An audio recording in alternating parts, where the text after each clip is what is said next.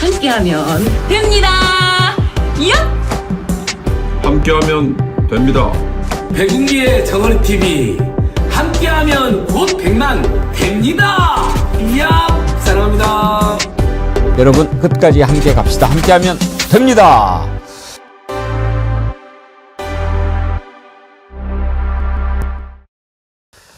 여러분 안녕하십니까, 백웅입니다. 드디어 오늘 미치광이 반란숙의 윤석열에 대한 단죄가 내려집니다. 윤석열이 내란을 일으킨 지 꼭 444일째 되는 날입니다. 재판장 직위원에게 경고합니다. 아니, 국민의 이름으로 명령합니다. 직위원은 윤석열에게 사형을 선고하라. 사형 선고는 직위원이 사는 길이기도 합니다. 말도 안 되는 논리로 윤석열을 풀어줬던 직위원. 얼마나 많은 국민들이 놀라고 비통해했습니까? 직위원의 그 짓으로 시장이 흔들리면서 코스피도 급락했었죠. 이제 직위원이 사는 방법은 사형 선고밖에 없습니다. 자신과 아내의 죄를 덮기 위해서 국민에게 총칼을 겨눈 자가 아직까지 한마디 반성이나 사과도 없습니다. 내란 수괴에게 최고형은 사형이고 법정 최저형은 무기징역입니다. 이런 자에게 법정 최저형을 선고한다? 있을 수 없는 일이죠. 그런 점에서 오늘은 단순히 내란 수괴 윤석열을 심판하는 날일 뿐만 아니라 대한민국 사법부의 존폐를 결정하는 날이기도 합니다. 똑똑히 지켜보겠습니다. 생방송 백운기의 정치 1번지 출발합니다. 자, 정어리몰에서 이제 설도 지났고 어떤 상품을 준비했는가 가볍게 소개를 해드리면요. 아무래도 설에 뭐 많이 드시면 이제 좀 가난하게 드셔야죠. 그래야 몸이 좋아집니다. 계속 드시면 탈납니다. 그래서 아주 산뜻한 제품이 나왔어요. 누룽지하고 명태회입니다. 설 때 이렇게 더부룩하고 느끼한 음식 많이 드셨잖아요. 그럼 깔끔하게 할 수 있는 누룽지를 준비를 했는데 이 누룽지가 아무것도 첨가를 안 하고 햇섭 시설에서 생산하는 아주 건강한 누룽지랍니다. 이거를 1kg에 무료 배송 14,900원이니까 아침에 가볍게 하나 이렇게 드시면 좋겠죠. 그리고 반찬으로 명태회, 이거 무침인데요. 제법 맛있더라고요. 먹을만 하더라고요. 아주 350g 한 통에 이렇게 명태회가 들어있는데 아주 좋았습니다. 젓갈 명장이 수제로 만든 무침인데요. 이런 것도 명절 지나고는 한번 좀 드실만 할 것 같습니다. 존경하고 사랑하는 형님, 누님, 그리고 아우님, 설 명절 연휴 잘 보내셨습니까? 닷새간의 연휴라는 게 좀 길 것 같으면서도 좀 짧고 그런 연휴였지요. 예, 저도 녹화해놓고 보면서 잘 쉬었습니다. 이제 새로운 마음으로 일상으로 돌아왔고 새로 시작하려고 하는데 오늘이 참 중요한 날이죠. 드디어 윤석열에 대한 단죄가 내려지는 날입니다. 뭐 의심하지 않습니다만 그래도 우리가 워낙 당했던 게 많으니까 오늘 두 눈 똑바로 뜨고 지켜보도록 하겠습니다. 여차하면 달려나가야 할지도 모르니까 신발끈 조이고 지켜보도록 하겠습니다. 아침에 제가 그렇게 글을 올렸더니 남자친구 상식이님, 네네 신발끈 단디 메고 대기하겠습니다. 그러셨고요. 이은주님, 오늘 분명 내란 숙에 나락갈 겁니다. 정의는 살아있다. 지 아무리 정신 나간 직위원이라도 밀란을 감당하지는 못할 겁니다. 빠샤빠샤. 김정숙님, 직위원은 오래 살고 싶으면 오늘 선고 제대로 하길 국민의 이름으로 명령한다. 부산이대이님, 운기행님 설 잘 세셨습니까? 새날 새역사 안 쓰면 행님이 글마들 다 지기 삐서. 제가 안 해도 국민들이 그거 다 처단하죠. 플라이커터님, 백웅앵커님 안녕하세요. 사랑합니다. 모닝 철스트라다무스의 예언이 이번에는 빗나갑니다. 그렇죠. 이번에 이제 설 명절 연휴에 저희가 릴레이 인터뷰로 꾸며드렸지 않습니까? 화요일 날 이병철 변호사 예언을 들었는데 오늘 공소 기각을 할 거다. 그렇게 예언을 했어요. 참 힘이 빠져서 더 인터뷰를 못 하겠습니다. 근데 그게 희망사항이 아니죠. 자기가 이렇게 생각했을 때 그럴 가능성이 높다라고 하는 건데 얼마나 그렇지 않기를 바라겠습니까? 오늘 한번 우리가 제대로 지켜봅시다. 오늘 3시에 중계를 한다고 하니까 또 지가 중계하는데 뭐 저렇게 하겠어요. 하여튼 오늘 한번 보고 오늘 백운계 정치를 번지는 그 내용 중심으로 이야기 나눠보도록 하겠습니다. 윤경호 퓨처미디어 연구소장님 어서 오십시오. 안녕하십니까. 설 명절 연휴 잘 보내셨습니까? 네, 운기조식 운기조식 하시면서 오늘을 위해서. 그렇죠. 오늘 중요한 날입니다. 신유진 변호사님 반갑습니다. 네, 안녕하세요. 네. 표정이 밝은 거 보니까 무슨 예감이 있습니까? 그럼요. 뭡니까? 네. 오늘은 사형입니까? 저는 사형을 예. 정말 강력하게 주장하고 사형 예. 아니면 답이 없다. 답이 네. 없다. 답이 없다.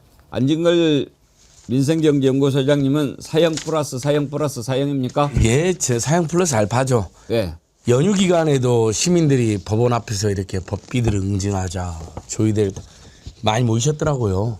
KBS 홍사훈 전 기자님도 오시고 새날 대표도 오시고 권현문 대표도 저도 가서 발언했는데 와, 이 명절 연휴에도 이렇게 법원 앞에 시민들이 모이는 거 보면서 얼마나 애절한가 절박한가 다시 한번 느끼고 만약에 오늘 무기징역 사형이 선고가 안 되면 저는 국민들께서 정말 이제 그동안 사법부에 대한 분노, 실망, 좌절을 더 이상 간과하지 않겠습니다. 그렇다 해서 뭐 제가 서구식 폭동 같은 건 저는 꿈도 꾸지 않기 때문에 그런 일은 없겠지만 정말 민중의 바다가 법원을 완벽하게 포위해서 사법부를 해체 수준의 개혁으로 다시 이렇게 만들 것이다. 저도 이렇게 경고하고 싶습니다. 자, 그러면 오늘 이제 윤석열에 대한 선고가 있는 날인데요. 오늘 백운계 정치를 번지는 그렇게 꾸며보도록 하겠습니다. 먼저 세 분 패널로부터 네. 오늘 선고 전망을 한번 들어보고 어떤 점이 변수가 될 것인지 살펴보고 그 변수들은 또 어떻게 해석을 해야 될지 생각해보는 식으로 오늘 해보죠. 먼저 윤경호 소장님 어떻게 전망하십니까? 저는 지기현이 그동안에 해왔던 행태를 보면 예, 최저 형량인 무기징역을 선고할 것 같다. 무기징역. 이런 생각이 듭니다. 예, 뭐 시간, 날 계산, 뭐 여러 지금까지 해왔던 이런 지기현의 행태 이거는 본인의 생각일 수도 있지만 조희대 그리고 박영재라는 새로운 법원 행정처장 등등 사법부 내에 지금 있는 그 보수 세력들의 생각이 그대로 거기에 녹아들 거거든요. 다만 이미 사법부라는 게 아무리 보수 따로 진보 따로 뭐 구성원 간에 뭐 생각이 같다 틀리다 이런 논란을 떠나서 이 전 두 재판에서 유경진이라는 부장판사도 내란 집단 윤석열과 김용현 이 표현을 했고 그다음에 이진관 부장판사는 준엄하게 이미 내란 행위 얘기를 했기 때문에 그 자체를 부인할 수는 없을 것 같다. 그래서 공소기각이라든지 이런 엉뚱한 판결은 생각하기 어렵기 때문에 저는 최저 형량인 무기징역을 할 것 같다. 근데 예. 제가 이제 이 다음에 드려야 되는 말씀입니다만 처음부터 저는 드리는 무기징역이든 사형이든 그게 이제 선고가 된 다음에 뭐 전두환 노태우 때처럼 불과 1년 만에 이건 정치적으로 풀어줘야 될 일이니 등등등등 그따위 얘기가 또 나온다면 그러면 이런 내란 친위 쿠데타가 또 핵책되고 또 그걸 꾸미려는 잘못된 생각을 가진 자들이 나올 수 있다. 저는 그 점을 더 강조하고 싶습니다. 안개미소님이요. 이병철 변호사가 어쩌냐에는 국민들 걱정하지 마라고 그랬어요. 무기 또는 사형이 내려질 거랍니다. 아, 또 말을 바꿨나요? 그 예언가들 또 이렇게 날에 따라서 또 별이나 별을 분석했더니 주술이에요? 예, 뭐 제갈공명도 왔다 갔다 할 때가 있지 않습니까? 예, 마이크 동남풍. 잡은 김에 안진걸 소장님 전망 어떻게 되십니까? 저는 사형 선고가 마땅한데 마땅을 떠나서 전망. 예. 지기현의 여러 상황과 성정상 국민들이 막아낸 이제 2시간짜리 겸인데도 불구하고 국민들의 이제 사실은 국민들 피해가 전혀 없었다는 윤석열의 말은 거짓말이거든요. 국회가 한 1억 원 정도의 피해를 입었고요, 실제로. 그다음에 그날 다친 보좌관들이나 국회 공무원들도 많습니다. 그리고 포박당한 뉴스토마토 기자가 있잖아요.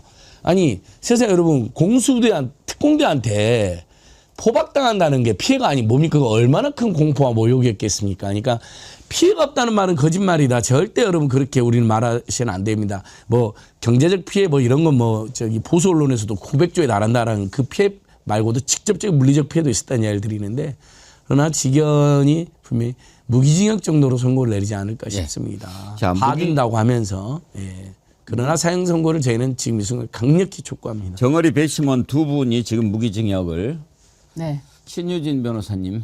저는 윤석열이 오늘 선고된다는 의미에 이렇게 생각할 것 같아요. 무속을 좋아하다 못해서 거의 맹신하지 않았습니까? 그래서 탄핵 선고일도 4월 4일로 잡혔을 때 윤석열이 난 끝이다. 난 탄핵이다. 라고 4월 4일에 선고되기 때문에 그렇게 생각했을 것 같고 오늘 또 이게 선고하는 날이 444일째 아닙니까? 예. 그래서 윤석열이 뭐 사형 아니면 피해갈 방법이 없다. 이미 윤석열이 사형 아니면 피해갈 방법이 없는 날이 폐기이 되었구나라고 생각할 것 같습니다. 그래서 지금도 이건 방법이 없다. 피해갈 방법이 없다. 하늘의 뜻이다. 사형, 하늘의 뜻으로 사형이 선고될 거라고 봅니다. 예. 자, 무기징역 두 분 사형. 두 분은 법정 최저형을 전망하셨고, 최저형. 예, 한 분은 법정 최고형을. 내란 속에는 사형, 무기징역 또는 무기금고 네. 이거밖에 없지 않습니까? 네. 그렇습니다. 최저형이 무기징역, 무기금고예요. 그런데 지난번에 특검이 구형을 할 때 뭘로 이 사람을 법정 최저형을 주겠느냐 그렇게 얘기하지 않았습니까? 그렇습니다. 법정 최저형을 줄 수가 없죠. 법정 최저형을 주려면 예를 들어서 뭐 이러이러한 점을 참작하여 네. 뭐 이렇게 주는데 장량 감경. 그렇죠. 근데 참작할 게 뭐가 있어요? 그렇죠. 그래서 박억수 특검보가 굉장히 저는 인상적인데 그러나 피고인은 반성하지 않습니다. 그러니까 이제 반성의 개전, 반성의 정 또는 뭔가 굉장히 안타까움을 호소해서 사람들이 공감할 수 있는 점들로 최저형이 구형될 수가 있는데 전혀 그런 점이 없다로 준엄에 말씀드렸어요. 근데도 이 직연이 온갖 믿을 수가 없으니까 여러 가지 점을 들어서 무기징역 선고할 가능성이 높다라고 보는데 직연이 정말 최소한의 양심이 있다면 사형 선고를 해야 마땅하죠. 그렇죠. 자, 오늘 이제 선고가 3시에 나오는데 오늘 3시부터 선고를 하면 예상하는 최종 주문 하는 시간이 언제쯤일까요? 근데 이제 총 8명이 오늘 예. 이제 공동 피고인이기 때문에 그에 따라서 하나씩 예, 합니까? 하나씩 하는데 그에 따라서 뭐 사실 우두머리니까 제일 먼저 할지 아니면 우두머리니까 제일 마지막에 할지 뭐 그런 부분에 따라서도 좀 달라질 수 있을 것 같아서 좀 시간은 좀 굉장히 오래 걸지 않을까 그런 생각이 좀 듭니다. 그러겠죠. 8명 네. 다 하면은 뭐 밤늦게까지도 갈 수 있는 거 아닙니까? 되게 보면은 한 사람당 1시간 이상 걸리더라고요. 네네 그렇습니다. 그런데 이제 아무래도 그의 뭐 선고 내용 자체가 판결문 전체를 읽는 것이 아니라 이제 이 부분에 대해서 뭐 읽을 부분을 따로 이렇게 추려서 하는 거기 때문에 그 부분을 정리에 따라서 뭐 다 1시간씩 한다고 보기는 어렵고 그 경중에 따라서 시간 배분을 할 것으로 보이고 뭐 제가 봤을 때는 한 3시간 정도면 끝나지 않을까 그 정도 예상합니다. 판결문 전체를 읽는 건 네, 아니에요. 예, 그렇습니다. 근데 윤석열 맨 먼저 하지 않을까요? 당연히 맨 먼저 해야 되는 것이 맞고요. 이것이 이제 가장 핵심이고 이 범죄에 따라서 나머지 뭐 다른 공동 피고인들에 대한 죄책도 정해진다라고 볼 수가 있거든요. 왜냐하면 제일 위에를 정해놔야 밑으로 내려가는 그렇죠. 거기 때문에 제일 밑에서부터 해봤자 이거 아무런 의미가 없는 거 아닙니까? 그렇기 때문에 윤석열을 제일 먼저 하는 게 맞습니다. 맨 먼저 안 하면 윤석열 반발할 걸요. 내가 우두머리인데. 네. 네. 나를 맨 먼저 안 하고 막 이렇게 말이 많네 뭐 이럴 가능 있지 않습니까? 네, 그렇죠. 그런데 이제 우리가 좀 걱정하는 것은 일단 직위원이라고 하는 자가 재판장이잖아요. 네. 직위원이 말도 안 되는 논리로 윤석열을 풀어주지 않았습니까?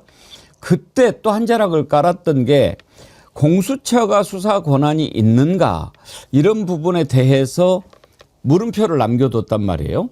그래서 계속 지금 윤석열 변호인 측은 수사 권한이 없는 공수처가 내란 죄로 수사를 했기 때문에 이것은 공소 기각을 해야 된다라고 주장을 했고 네.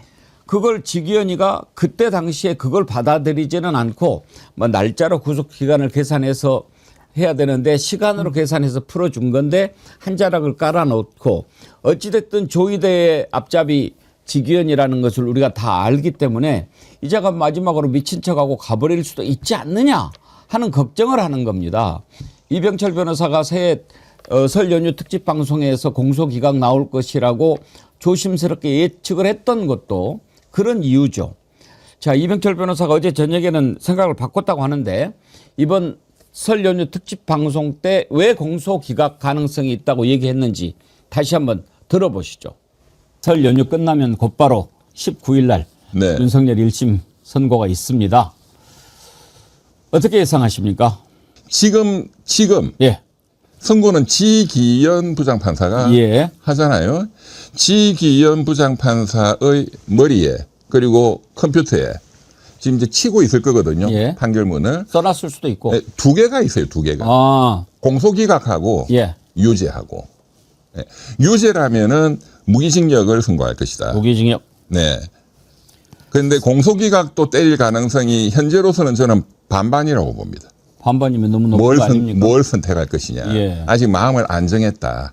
무기징역 아니면 공소기각. 네. 그러면은 절반 반반씩이라고 그러면 너무 좀 많이 보시는 거 아닙니까? 공소기각 가능성을?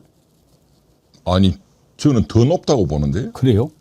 19일 날 공소기각 때리면 그것도 그냥 지나간 역사가 될 겁니다. 왜? 항소심이 있잖아. 또 대법원이 있잖아. 또 지금 국민들이 또 뛰쳐나갈 그런 정치적인 상황이 되나? 아마 그런 걸 다 계산하고 있을 것이기 때문에 그게 지기현 혼자 계산하는 게 아니고 제가 말씀드리지만 조희대 대법원장 그다음에 그야말로 이 극우 보수까지 극우 보수 법관의 그야말로 국가대표 박영재 법원 행정처장 지난번에 한번 데뷔를 했지 않습니까? 국회에 대단한 사람입니다. 저는 잘 아는데 거기서 모든 작전은 이제 짜고 지휘를 하고 있다. 그렇기 때문에 현재로서는 공소기각을 날려버려라는 가능성이 저는 상당히 높다고 봅니다.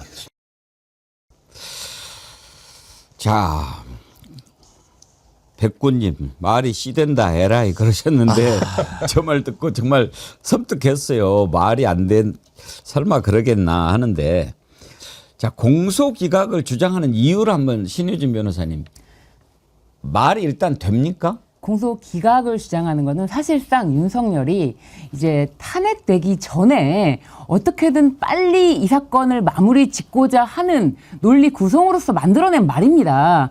왜냐하면 공수처에서 이 사건을 먼저 수사하지 않았습니까? 근데 공수처에서 수사 범위가 직권남용 권리행사 방해죄로 수사를 했습니다. 그런데 직권남용 권리행사 방해죄 관련 범죄가 내란이고 그렇다면 이 관련 범죄라는 것은 법 규정에 있는 사항으로서 정확하게 공수처의 수사 범위에 해당이 됩니다. 그럼에도 불구하고 윤석열이 탄핵되기 전 작년 4월 4일 전에는 공소기각으로 이 재판을 빨리 마무리를 져야 나라가 안정된다. 이런 취지에서 이미 법 규정에는 명확하게 내란 범죄의 수사 범위, 관련 범죄로서 규정되어 있음에도 그런 법 규정 무시하고 공소기각해서 끝내라. 왜냐하면 판결을 내리면은 너무 길게 늘어지기 때문에 공소기각으로 끝내라. 이런 주장이었던 것입니다. 이거는 그야말로 탄핵되기 전까지고 사실 그 당시 주장으로서는 공소기각 플러스 탄핵기각 이렇게 같이 주장하는 게 당시에 많은 홍준표 전 대구시장도 공소기각과 탄핵 기각이다. 이건 답이 있다. 이런 식으로 주장했는데 탄핵되면서 이 주장은 더 이상 힘을 받지 못했습니다. 무엇보다 백대현 부장이 이 부분에 대해서는 정확하게 정리를 내렸습니다. 그렇죠. 수철로 노수철님이겠죠. 영어로 거꾸로 돼 있으니까. 이런 질문을 주셨네요. 혹시 신유진 변호사님께 좀 여쭤보고 싶은데 오늘 선고하기 전에 지기현하고 윤석열 변호인이라고 전화 통화가 가능한가요? 사실상 변호인이 자기가 사건을 맡고 있는데 판사에게 막 찾아간다거나 연락을 한다거나 이거는 우리나라에서는 안 되도록 되어 있습니다. 그렇기 때문에 별도로 통화를 사실 안 되도록 되어 있는데도 이자들이 안 되도록 되어 있는 거에 대해서 신경 쓰지 않고 마음껏 하는 자들이니까 연락을 취하려고도 했을 수가 있을 거예요. 그렇지만 과연 굳이 이제 곧 선고만 앞두고 이 재판부까지 이제 다 다 정해진 북부로 옮겨가는 마당에 굳이 이 전화를 뭐 모르는 번호라고 해서 받았다고 쳐더라도 직위원이 그런 이야기, 직접적으로 변호인으로부터 어떤 이야기를 들었다 하더라도 통화 기록이라는 게 남는데 그런 어리석은 짓을 하지 않을 것 같아요. 그렇겠죠. 네. 우희숙님, 이날 한숨도 못 잤습니다. 순천 서남사에서 이병철 변호사 이 말 때문에 정말 그런 일이 있으면은 안 되죠. 그런데 지금 이렇게 뭐 공수처가 수사할 권한이 없는데 수사했다 어쨌다 뭐 이런 이야기 하는데 이것은 이미 법정에서 한번 탄핵됐어요. 이제 우리가 탄핵이라는 표현을 쓸 수도 있는데 그 논리를 무찔러 버린 것을 탄핵했다고 하죠. 그게 백대현 부장판사가 선고할 때 바로 공수처의 수사 권한 정당했다라고 판결을 내린 게 있습니다. 들어보시죠. 피고인의 직권남용 권리행사 방해 혐의와 내란 우두머리 혐의는 사실관계가 동일하여 중간행위나 다른 원인의 매개 없이 직접 연결되고 직권남용 권리행사 방해 혐의에 대한 수사 과정에서 자연스럽게 피고인의 내란 우두머리 혐의가 드러날 수밖에 없는 관련성이 인정되므로 공수처는 피고인의 내란 우두머리 혐의를 관련 범죄로서 수사할 수 있습니다. 따라서 공수처는 피고인의 직권남용 권리행사 방해 및 내란 우두머리 혐의에 관하여 모두 수사권이 있습니다. 자, 이제 백대현 부장판사는 우리가 예상했던 것보다 형량을 좀 낮게 해서 섭섭한 점은 있었지만 분명히 저때 공수처가 수사 권한이 있다라고 네. 판결을 했어요. 그렇습니다. 그러니까 오늘도 역시 그걸 뒤집기는 어렵고요. 또 하나 아까 우리 신유진 변호사님이 설명에서 그 대목은 아마 일부러 얘기를 안 하셨는지도 모르겠지만 만약에 직위원 판사가 그 주장을 펴려면 이 재판 초두에 이 재판이 시작되는 시점에 공수처는 이러이러한 자격에 논란이 있다라고 문제 제기를 했어야죠. 예. 그렇죠. 그래야 법 논리적, 법 상식 해석에 있어서 일반 상식에 부합하는 건데 그걸 전혀 얘기 안 하다가 마지막 선고 날 그 얘기를 느닷없이 꺼낸다. 그거는 자가당착일 수밖에 없어요. 예. 그렇죠. 지금까지 증인 불러서 변론할 거다 듣고 예, 맞습니다.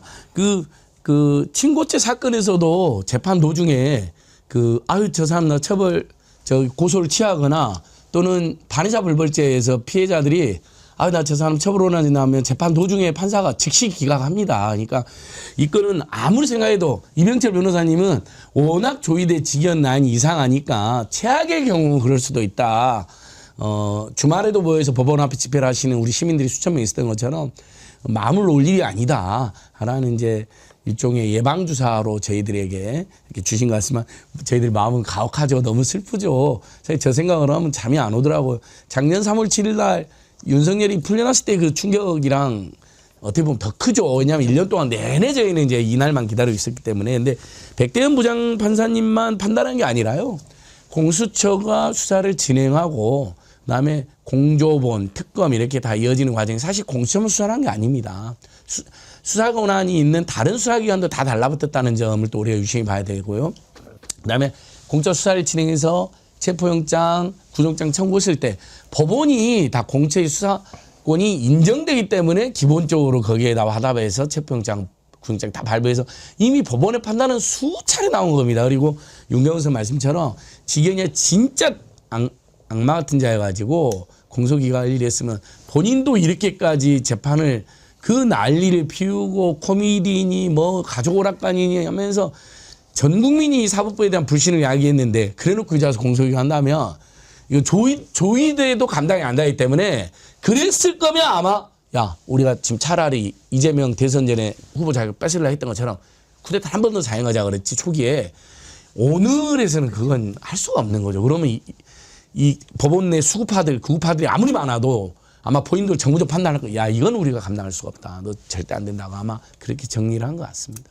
했을 것입니다. 공소 기각을 할 거였으면 사실 더 빨리 끝낼 수 있었거든요. 그렇죠. 그렇기 때문에 지금 이렇게까지 끌 이유가 없습니다. 그래서 빨리 끝내고 이거에 대해서는 뭐 재판을 속행을 하겠다라고 해서 이어간 다음에 공소 기각 내릴 거잖아요. 그런데 뭐하러 이렇게 재판을 길게 끌었습니까? 그렇기 때문에 초반에 공소 기각이라는 주장을 펼 때도 논리도 말도 안 되고 그것에 대해서 법 규정에도 어긋나는데 그 주장을 펼 때만 해도 윤석열이 아직은 탄핵 당하기 전 헌재에 의해서 대통령 자격이 뭐 파면 당하기 전이었다라는 사실. 그래서 파면 당하기 전에도 충분히 공소 기각을 끝낼 수가 있었거든요. 지금까지 끌 이유가 전혀 없다. 저는 공소 기각에 대한 우려는 전혀 하지 않는다라고 말씀드립니다. 지금 이제 우리 국민들이 좀 걱정을 하는 것은 그동안에 말도 안 되는 논리로 몇 번 당한 게 있기 때문에 네, 혹시 맞습니다. 그런 일이 또 있지 않을까 하는 건데 레츠코코님도 그런 걱정하시는 거죠. 저희가 공소기각 같은 얘기하면 쟤들도 그렇게 생각하네 하면서 공소기각해도 되겠네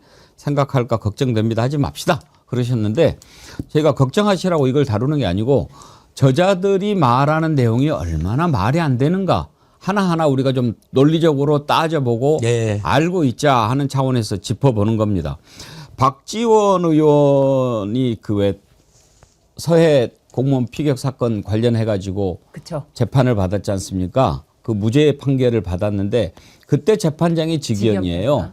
그래가지고 오늘 그런 얘기를 했더라고요. 그때 내가 재판을 받아보니까 직위원이가 그렇게 뭐 사회가 오락 보듯이 뭐 그렇게 재판을 진행하는 것은 있지만 말도 안 되는 판결을 하는 사람은 아니더라. 그렇죠. 제대로 판결할 맞습니다. 거다. 그렇게 얘기하더라고요. 맞습니다. 아니 그러니까 이제 재판 진행 과정을 보면서 그리고 가장 중요한 거 구속 취소 결정을 내려준 것 자체가 도저히 국민들이 납득할 수 없는 부분이었기 때문에 사실은 그 뒤로 진짜 전 국민이 아는 판사는 직위원 부장이 아닐까 싶어요. 그 정도로 본인의 이름이 이렇게 많이 회자되고 드러나면서 본인의 재판도 많이 집중돼서 사람들이 보고 있다, 지켜보고 있다 이런 중압감 때문에라도 오히려 자신이 그 극우파들로부터도 뭐 공격을 당할 빌미를 주지 않는 뭐 재판 진행 과정에서 뭐가 있다라는 빌미를 주지 않는 차원에서 자기 스타일대로 꿋꿋이 해왔다고 저는 보여지고 오늘 재판 결과만큼은 정말 상식에 맞게 법과 양심에 따라서 판단할 것이라고 저는 믿고 있습니다. 저도 약간만 덧붙이면 지금 판사는 이제 잘 아는 판사 전현직 판사들의 말을 종합하면 원래 성향은 중도적인 성향이었다는 거예요. 왜 이렇게 재판을 진행하는지 그다음에 나를 계산했는지는 참으로 이해할 수 없는 황당한 일이지만 그동안에 이제 어떤 정치 성향이나 판결 성향은 중도적이었다는 거 정보가 많고요. 두 번째 그다음에 국민의힘 쪽에서도 공소기각 이야기는 안 나온 지 오래됐습니다. 일부 그렇죠. 극우 세력에는. 왜냐하면 국민의힘도 처음에는 그걸 주장한 자도 있었는데 공수처가 이제 체포영장, 구속영장 청구할 때 법원이 다 인정하고 또 법원 판결에서 지금 사실상 내란 판결 2번, 그다음에 내란과 연결됐다라고 한 판사의 판결 1번. 그래서 아예 이제 내란이라는 게 사실상 굳어지고 조희대와 그 무리들마저도 국회 안팎에서 뭐라 했냐면 이혼 불법이면 분명하다라는 것이 다 이렇게 규정이 돼버렸기 때문에 여러분 이제 우리 애청자들께 제가 그나마 서로 이렇게 안심할 만한 힌트를 드리면 국힘당 쪽에서도 공소기각이 안 나온 지 오래됐다. 그렇습니다. 이런 점을 종합하면 공소기각은 거의 가능성은 없지 않나. 정청래 민주당 대표도 페이스북에 오늘의 범죄를 벌하지 않는다면 내일의 범죄에 용기를 주는 것이다. 윤석열 내란 우두머리에게 사형이 선고되길 바란다. 내일의 내란에 용기를 주는 일은 없기를 바란다. 국민들이 조희대 사법부로 징격하는 일이 없기를 바란다. 엄중 경고했습니다. 정말 이건 엄포가 아니고요. 아까 우리 안진걸 소장님도 조희대 탄핵 플래카드 갖고 오셨는데 만약에 허튼 판결 나오면은 이번에 국민들이 참을 수 있겠습니까? 네. 그러니까 서부지법 폭동 같은 극우 극단 폭력주의자라고는 완전히 다른 방식으로 온 그렇죠. 국민이 들고 이렇습니다. 그러면 이제 합법과 평화로 할 수 있는 모든 일을 하는 거죠. 사법부 폐지 청원도 할 수 있습니다. 그것은 뭐냐면 뭐 입법행정사법에 폐지한다는 게 아니라 현재 사법부 지도부 사법의 지도부라든지 이런 내란을 사실상 비호하는 자들에 대한 탄핵 그리고 사법부를 개혁할 수 있는 지금 민주당이 제출한 법안보다 더 강력한 법안에 사실 이 사법권이라는 것도 자본과 권력도 독립되는 거지. 여러분 사법 권력의 주체도 국민입니다. 모든 권력은 국민으로부터 나오는 거거든요. 그렇다면 국민께서 사법 권력을 재설계하는 거죠. 모든 재판에서 형사 배심원 재판을 의무한다든지 미국처럼 이런 거 아직 우리 국민들이 꺼내질 않았어요. 그러나 이번에 만약에 되면 조희대 직위원들 가루되고요. 정말 역사상 가장 강력한 사법개혁, 완전히 국민이 사법을 재설계하는 그것을 조희대 직위원이 잘 알고 있습니다. 지금 살짝 내놓은 거하고도 그렇게 엄살표잖아요. 그래서 아마 저는 조희대 직위원 라인이 야, 우리가 그동안 잘못한 것만으로도 이렇게 어마어마한 개혁안이 왔는데 만약에 네가 이상한 판결하면 사법부 가로된다. 그러면 우리가 영원히 전현 판사한테 원수가 된다. 그건 안 된다. 이렇게 저는 내부적으로 정리하자. 그런 소문이 또 들려오더라고요. 예. 나홀로님, 내란 막은 우리 국민들 노벨 평화상 후보다. 세계가 보고 있다. 판결 잘해라. 그래요. 윤경호 소장님, 이재명 대통령이 대한민국 국민을 노벨 평화상 후보로 추천을 그러니까요. 했더라고요. 대통령이 SNS에 올린 글 보고 저도 야 이거 세계 유수의 정치학자들이 그렇게 추천을 했다는 거잖아요. 노벨 평화상 추천이 매년 1월이더만요. 그 1월에 마무리가 되고 그 후에 이제 상당 기간 동안 아마 뭐 심사 일종의를 하는 거겠죠. 그런데 대한민국 국민이라는 집단적인 주체가 후보가 됐다. 너무나 의미 있는 일이지 않습니까? 전 세계가 우리를 지켜보고 있고 전 세계가 우리를 그렇게 평가를 하고 있는 거다 이런 생각이 들어서 저도 참 이게 맞는 거다라는 생각이 들었는데요. 이미 여러 차례 강조를 하셨으니까 제가 뭐 부연할 필요는 없습니다만 이 재판장 판사의 판결이라는 게 재판의 판결이라는 건요 법에 또는 헌법의 적용과 해석의 문제잖아요. 근데 판사 개인이 법과 양심에 따라 이거는 우리 알고 있어요. 그런데 더 중요한 거는 그 사건이 또는 그 피고인이 처해 있는 상황에 그걸 보는 일반 다중의 상식과 다수의 여론 이걸 결코 반해서 판결을 내릴 수 있느냐. 왜냐? 시대 상황이 변하죠. 시대 정신이 변하죠. 그런 것들에 전혀 동떨어진 상태에서 이 법관이 자기의 오로지 법과 양심에 따라서 판결합니다. 이거는 아니거든요. 그러니까 그런 점에서 본다면 우리 안진걸 소장께서 얘기하신 것처럼 서부지원 폭동같이 그런 극렬한 극우주의자들이 했던 식의 반발이 아닌 다른 평화적인 방법이지만 더 도도한 물결의 압력이 압박이 충분히 갈 수 있다. 이걸 직위원님들 왜 모르겠습니까? 정확히는 이제 이재명 대통령이 추천한 건 아니고 그렇죠. 네. 서울대 정치학과 교수를 비롯한 세계 각국의 정치학자 4명이 지난 1월에 노벨위원회에 대한민국 시민 전체를 네. 노벨 평화상 후보로 추천을 했고 이재명 대통령이 이 소식을 전하면서 인류사의 모범이 될 위대한 나라 대한민국이었기에 가능했다. 그러면서 대한민국은 합니다. 또 이재명 대통령이 지난해 12월 3일 날 비상계엄 1주년 때 그런 얘기도 했죠. 특별 성명에 세계사회에 유례없는 민주주의 위기를 평화적인 방식으로 극복해낸 대한민국 국민이야말로 노벨 평화상을 수상할 충분한 자격이 있다고 네. 확신한다. 그런 네. 얘기를 했으니까. 노벨상이 꼭 개인한테만 주는 건 아니죠. 그동안 기관이나 단체도 받죠. 뭐 국회 없는 의사회라든지 뭐 여러 NGO들은 많이 받았습니다. 그리고 이제 여러분 전례가 하나 있는데요. 노벨 평화상에서 이렇게 국민 집단으로 받은 적은 없는데 노벨 평화상 못지않는 상으로 이제 평가받는 상들 몇 개 있잖아요. 그러니까 독일의 에버트 수상을 기른 에버트 인권상이 있는데 2016년, 17년 촛불시민혁명 때 2017년 독일의 에버트 인권상 수상자가 대한민국 촛불국민 전체였습니다.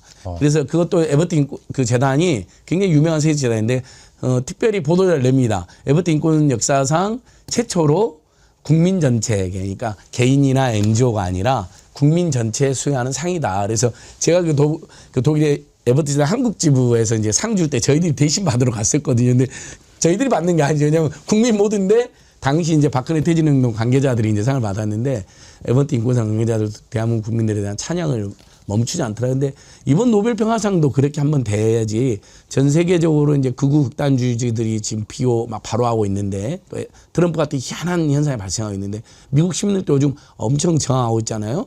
그러면 이게 전 세계 민주주의나 평화 그다음에 상식을 바로 세우는 기회가 될 것 같아요. 그래서 간절히 한번 노벨 평화상 수상을 염원해 봅니다. 진짜. 네. 자, 이제 다시 선거로 돌아와서 지금 이제 변수라고 이제 꼽는다면 딱 그 두 가지거든요. 공소기각, 그러니까 공수처 수사가 권한이 없는 거 아니냐라고 하는 것과 내란이 맞냐 하는 건데 우리는 뭐 이로의 의심도 없죠. 그리고 이미 재판에서 공수처 수사 권한이 있다. 그리고 이건 내란이 맞다라고 하는 것은 정상적인 생각을 갖고 있는 사람이라면 다 이야기합니다. 지금까지 있었던 재판도 이승만 재판장 또 류경진 재판장 다 이건 내란이다라고 못을 박았어요. 그것도 한번 들어보시죠. 앞서 본 바와 같이 윤석열과 김용년 등은 비상계엄을 선포하고 이에 근거하여 포고령을 발령하였는데 그 포고령은 헌법과 법률에 정한 절차에 의하지 않고 헌법에 의하여 보장되는 의회 정당제도 영장주의를 소멸시키고 헌법에 의하여 금지되는 언론 출판에 대한 허가 금지를 시행함으로써 헌법과 법률의 기능을 소멸시키려는 목적, 즉 국헌을 문란하게 할 목적으로 발령한 것이고 또한 다수의 군병력과 경찰 공무원을 동원하여 국회, 중앙선관위 등을 점거, 출입 통제하는 등 다수인을 결합하여 육력을 행사하고 해악을 고지함으로써 한 지역의 평화를 해할 정도의 위력이 있는 폭동을 일으켰다고 인정됩니다. 따라 12.3 비상계엄 선포와 이에 근거하여 위헌 위법한 포고령을 발령하고 군병력 및 경찰 공무원을 동원하여 국회, 중앙선관위 등을 점거, 출입 통제하는 등의 행위는 형법 87조에서 정한 내란 행위에 해당합니다. 이하에서는 12.3 내란이라고 말하겠습니다. 저때 정말 짜르르 전율이 왔어요. 이제부터는 내란이라고 말하겠다. 12.3 내란. 네, 내란 확실하다. 그게 바로 이승만 부장판사죠. 그리고 류경진 재판장도 여기도 뭐 또 좀 마음에 안 드는 판결을 했지만 내란은 인정해놨어요. 이것도 들어보시죠.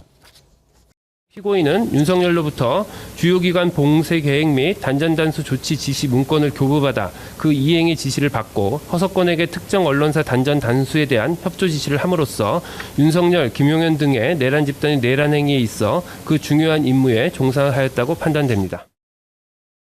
자, 홍길동은행 안진걸 소장님. 예. 홍길동은 아버지를 아버지라 부르지 못하고 뭐 어쨌지만 내란이 아니라고 부르는 사람은 전환길 말고는 없지 않나요? 전환길하고 전광훈하고 그다음에 전전긍긍하고 있는 장동혁이하고 전전장 딱 세 그룹입니다. 전전장. 예. 그리고 그 백대현 판사도 체포 방해 유죄 선고 내리면서 거기서도 그 내란죄랑 비슷한 표현이 나옵니다.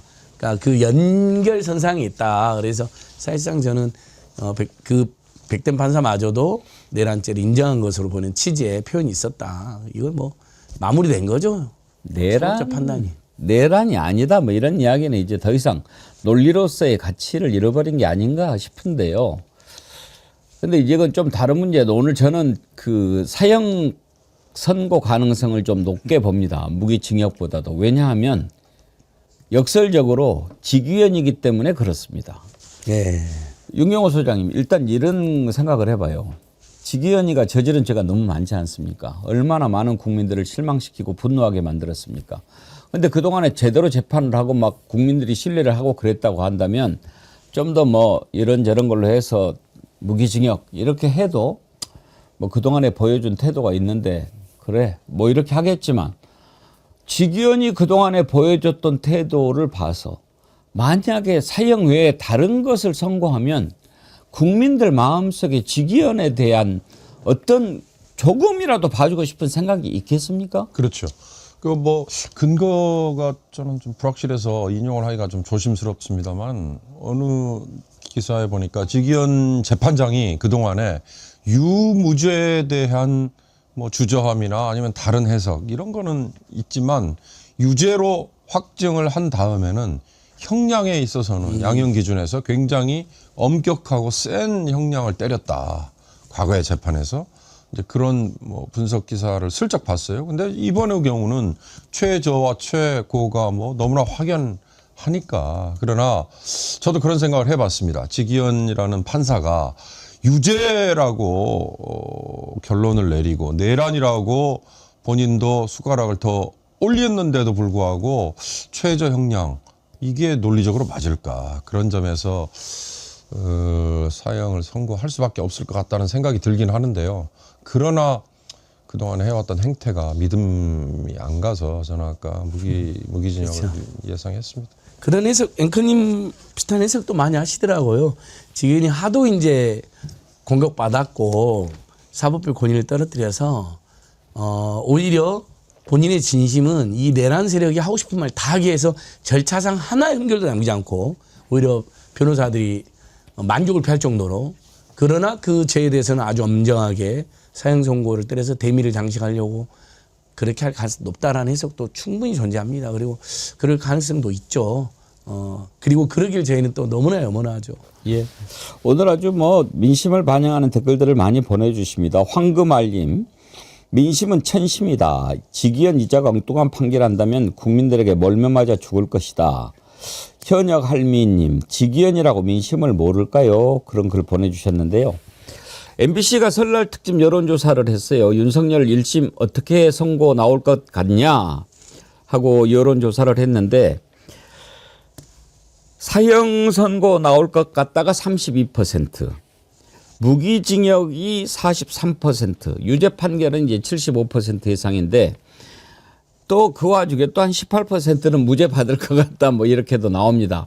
일단 뭐 지금 윤석열 쪽에서 주장하는 것은 다 배척당하고 있고 사형이냐 무기징역이냐인데 무기징역 가능성을 좀 더 높이 보는 것 같습니다. 그러나 저는 여러 가지로 봤을 때 지기현이 사는 방법은 사형 선고밖에 없다. 지기현이는 뭐 잘 뒤로 미루더만 뭐 지난번에도 구속 취소할 때 이거 뭐 상급심 재판 받아보라고 내가 한 거였는데 뭔가 이번에 지가 사형하고 네. 항소심에서 그렇죠. 하라고 네. 넘기면 되지 않나요? 네, 법정 최고형 그런 거 잘하더만. 그렇죠. 법정 최고형 사형이라고 되어 있고 이에 대해서 뭐 아무런 감경 사유가 없다라고 볼 수가 있고 사실 한 가지는 있습니다. 이렇게 장량 감경이라고 법정형에서 이제 판사의 재량으로 이거를 감경할 수 있는 규정이 있는데요. 만약에 법정형이 사형 무기, 그래서 무기를 선택하고 무기에서 장량 감경을 하면은 유기형으로 선고할 수도 있는 길이 없는 건 아닙니다. 다만 말씀하신 바와 같이 이 지금 무기징역을 선고해도 국민들이 납득하기 어려운, 보셨잖아요. 32%는 무기징역을 선택해도 납득하기 어려운 상황에서 과연 여기서 무기를 선택하고 다시 한번 장량 감경, 이거 자체는 엄청난, 이거는 어떻게 보면은 그야말로 사법부를 진짜 스스로 몰락시키는 길을 걷는 것이고, 지기현이 왜 그렇게까지 모든 거를 감당하면서 해야 될까? 내가 왜 이 모든 거를 감당하고 윤석열에 대해서 장량 감경으로 내가 왜 봐줘야 되지? 나도 살아야지. 그런 생각을 할 수밖에 없지 않을까. 네, 제가 지기현이라고 했네요. 저는 지기현 부장이라고 하겠습니다. 네, 아직 선고 전이니까요. 블루장미님, 무죄라고 한 18%는 도대체 어떤 인간들인가 그러시죠? 근데 그냥 저는 민주주의니까 이렇게 생각합니다. 민주주의니까 이런저런 인간들이 섞여서 사는 거 아니겠습니까? 지금 민심을 얘기했는데요. 이번에 MBC가 설날 여론조사에서 윤석열 1심 선고 예상 물어본 것 함께 그러면 한덕수 판결, 김건희 판결은 어떻게 생각하느냐 이런 설문도 했습니다. 한덕수 판결, 지기현 부장판사가 구형 15년인데 23년 때렸죠. 적절하다가 59%나 됐습니다. 적절하지 않다는 36%. 반면에 김건희는 어떻게 생각하느냐. 적절하다가 23%, 71%가 말도 안 되는 거라고 이렇게 평가를 했어요. 바로 이게 민심입니다. 민심. 이런 민심이 있는데 어떻습니까? 사법부는 민심 반영해야 되지 않습니까? 반영합니다. 특히 이제 일반 사건 같은 경우에는 재판이 모든 경우 주목받는 게 아닌데 법원에서 사실 양형 기준이라는 게 일반 시민의 상식, 일반 국민의 상식에 맞지 않게 너무나 솜방망이 처벌이 많습니다. 그런 것에 대해서 언론이 주목하고 이게 과연 상식적인 판결이냐 양형이냐라는 것에 언론에 여러 번 보도가 되면 항소심 가서 여러분들 많은 분들이 그렇게 알고 계실 거예요. 항소심 가면 좀 깎아주는 거 아니야? 그런데 언론을 타고 솜방망이 처벌이라고 많은 비판을 받은 판결은 100%라고 볼 수 있습니다. 다 항소심 가서 양형이 올라갑니다. 그렇기 때문에 사법부도요, 이런 언론이라든지 여론을 무시할 수가 없는 겁니다. 사법부가 어디 동떨어진 다른 나라에 뭐서 판결을 하는 게 아니고 사법부도 우리나라 국민의 일원이고요.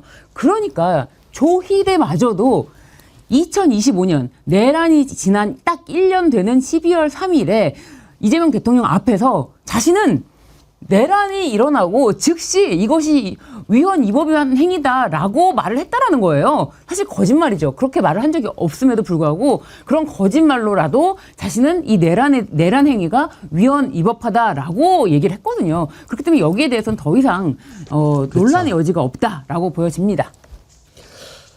자, 내란 오늘 윤석열 선고와 관련해서 두 가지만 더 짚어보도록 하죠. 하나는 이 내란이라고 하는 표현을요, 누가 메모져 썼게요? 그 윤석열이가 썼어요. 아, 본인이 계엄 선포할 때. 네, 계엄 선포 읍내에서. 그러니까 우리는 딱 그 비상계엄 발동했을 때 그때 우리 안진걸 소장이 같이 방송했잖아요. 예.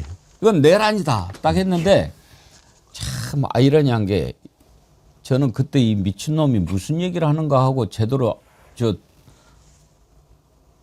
비상계엄을 선포합니다 이것만 기억에 남는데 나중에 찬찬히 보니까 지가 지 말을 하고 있더라고요. 그 부분 한번 들어보시겠습니까? 자유 대한민국의 헌정 질서를 짓밟고 헌법과 법에 의해 세워진 정당한 국가기관을 교란시키는 것으로서 내란을 획책하는 명백한 반국가 행위입니다. 누가 보면 AI가 지금 그러게 말입니다. 저걸 지기현이 읽어야 될 대목. 맞습니다. 그걸 윤석열이가 먼저 예. 스스로 얘기했어요. 저 윤석열 얼굴에다가 다른 정치를 뜻있는 정치 그런 것 누르면 같잖아요. 지금 다- 윤석열의 행위에 대해서 이야기하는 것 같잖아요. 지가 저지른 행위에 대해서 예. 자아 비판해 보이소.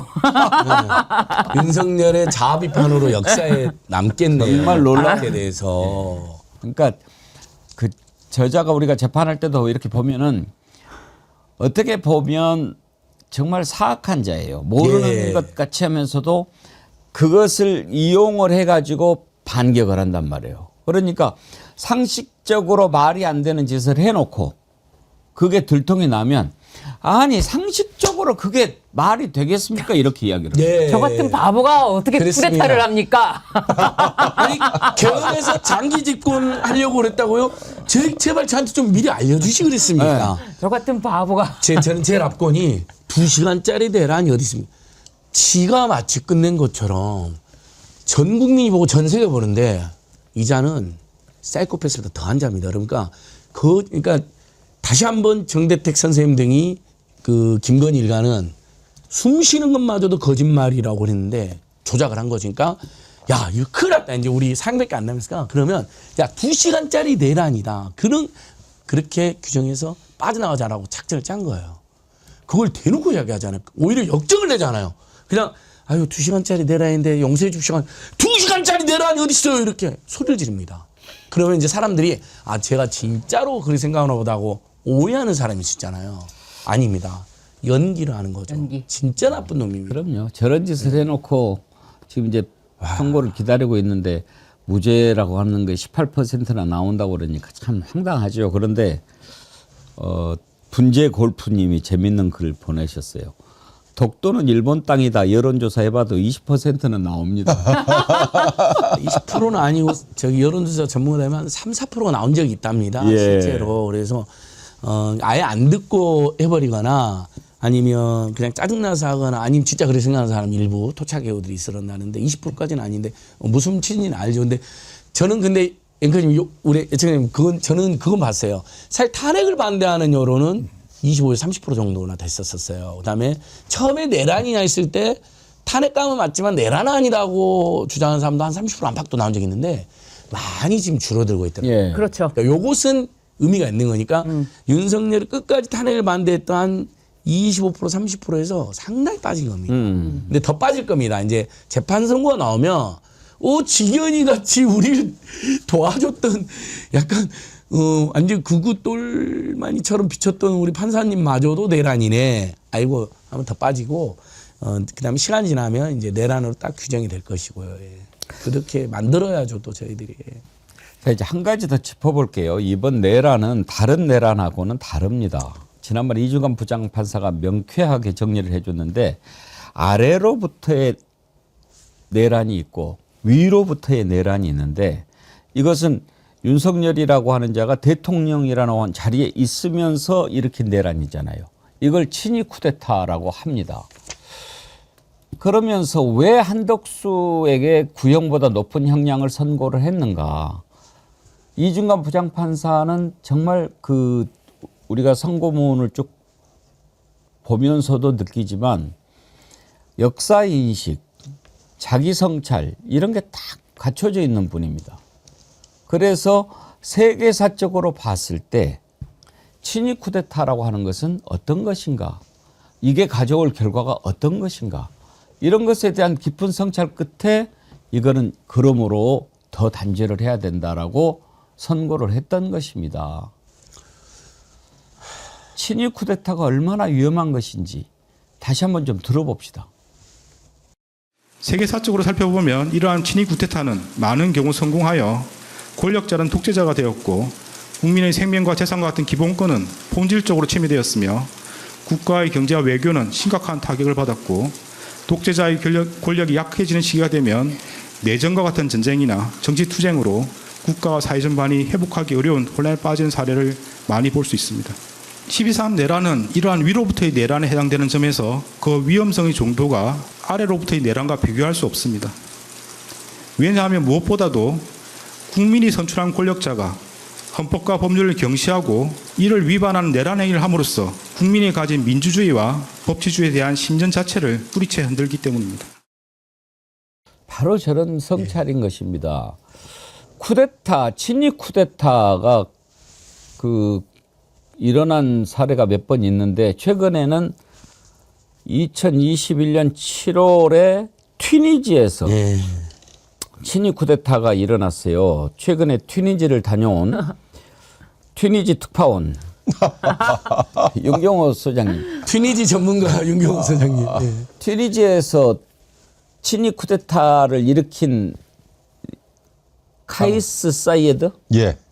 지금도 카이스 집권하고 있죠. 그렇습니다. 그러니까 2019년에 5년 임기의 대통령으로 선출이 됐어요. 그런데 지금 말씀하신 것처럼 2021년 7월 25일이니까 불과 2년 만에, 그러니까 3년의 임기를 남겨둔 상태에서 본인이 친위 쿠데타를 일으킨 거예요. 그러니까 친위 쿠데타, 위로부터의 내란, 다시 정리를 하면요. 권력을 가장 정점에서 가지고 있는 당사자가 그 짓을 하는 겁니다. 왜? 아까 이중관 부장판사 얘기 있었잖아요. 장기 집권과 독재를 위해서 이 카이스 사이에드라는 이 튀니지의 대통령도요. 원래는 헌법학자였어요. 그리고 튀니스의 대학에서 아주 강의를 잘하는 대중적인 인기를 굉장히 얻은 그런 사람이었어요. 그러니까 정치판하고는 무관했어요. 그런데 이제 한번 기억을 되새겨 보십시오.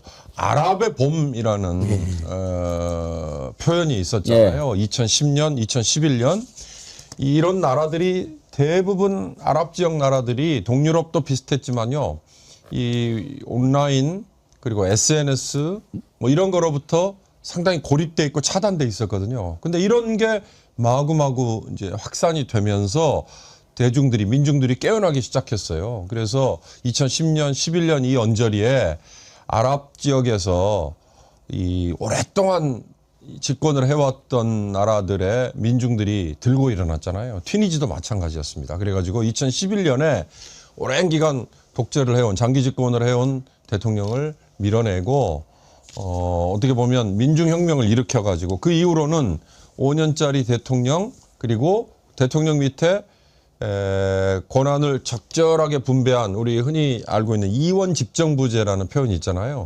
총리 중심의 의회 그리고 대통령 양쪽의 권한은 일반적으로 하듯이 대외 업무 위주로는 대통령, 그러나 군 통수권은 대통령이 갖고 있죠. 그러나 반면에 내정 관련은 총리에게 권한을 주는 거예요. 그런데 이제 이러다 보니까 물가 문제라든지 또는 뭐 주택 가격이라든지 뭐 생계와 관련된 이런 것들은 당연히 총리에게 화살이 돌아가잖아요. 그래서 이제 이 사이에드라는 대통령이 본인이 친일 쿠데타를 일으킬 때 명분이 뭐냐면요. 부패하고 무능한 정부를 갈아치우기 위해서입니다. 라고 표현을 해요. 그러니까 친일 쿠데타든 내란이든 아까 윤석열이 한 얘기하고 조금만 표현을 바꾸면 다 비슷하잖아요. 그러니까 근데 아까 말씀드렸지 않습니까? 그래서 뭘 위해서? 독재와 장기 집권을 위해서. 윤석열도 마찬가지였죠. 근데 이제 참 재밌는 것 중에 하나가요. 이 친일 쿠데타라는 게 얼마나 무섭고 또 이 정말 일반 국민 대중들에게는 있어서는 안 될 거라는 게 권력을 가진 자가 지가 일종의 헌정 형태를 바꾸는 거잖아요. 그러니까 성공 확률이 높습니다. 그렇죠. 그래서 미국의 어느 싱크탱크가 1945년 2차 대전이 끝난 이후부터 2024년까지 전 세계 주로 제3세계 나라들에서 일어난 일이지만 친일 쿠데타가 일어난 경우를 세보니까 46차례가 있었답니다. 근데 그중에요 놀라운 건 37차례 80%가 성공이에요. 왜냐 권력을 쥐고 있었기 때문에. 그런데 윤석열의 이 친일 쿠데타 내란은 누가 막았습니까? 우리 시민, 우리 국민이 막았잖아요. 그래서 실패했죠. 아까 제3세계 나라들에만 있었다고 말씀드렸습니다만 미국도 있었습니다. 미국에 언제 있었어? 기억나세요? 트럼프 1기 정부가 끝나는 2020년 말에 끝났는데요. 2021년 1월에 이제 새로운 대통령에게 권한이 넘어가잖아요. 바이든이 이미 당선이 돼 있었죠. 그런데 그때 트럼프가 뭘 했습니까? 자기 추종 세력들을 뒤에서 사주해가지고 의회 의사당 점거 폭동을 일으켰잖아요. 이게 전형적인 친일 쿠데타였거든요. 근데 이거 실패했죠. 미국도 한 차례 친일 쿠데타가 있지만 실패한 나라로 기록이 되어 있습니다. 사실 박정희 10월 유신도 친일 쿠데타 아니겠습니까? 10월 유신은 친일 쿠데타입니다. 그렇죠. 바로 친일 쿠데타의 전형적인 게 10월 유신입니다. 그럼 권력을 가지고 있는 자가 왜 친일 쿠데타를 일으키는가? 지금 말씀하신 튀니지의 사이에드 같은 경우에 제가 왜 친일 쿠데타를 일으켰는가 재미나이한테 물어봤더니 세 가지 이유더라고요. 첫째는 코로나19 대응에 실패한 거예요.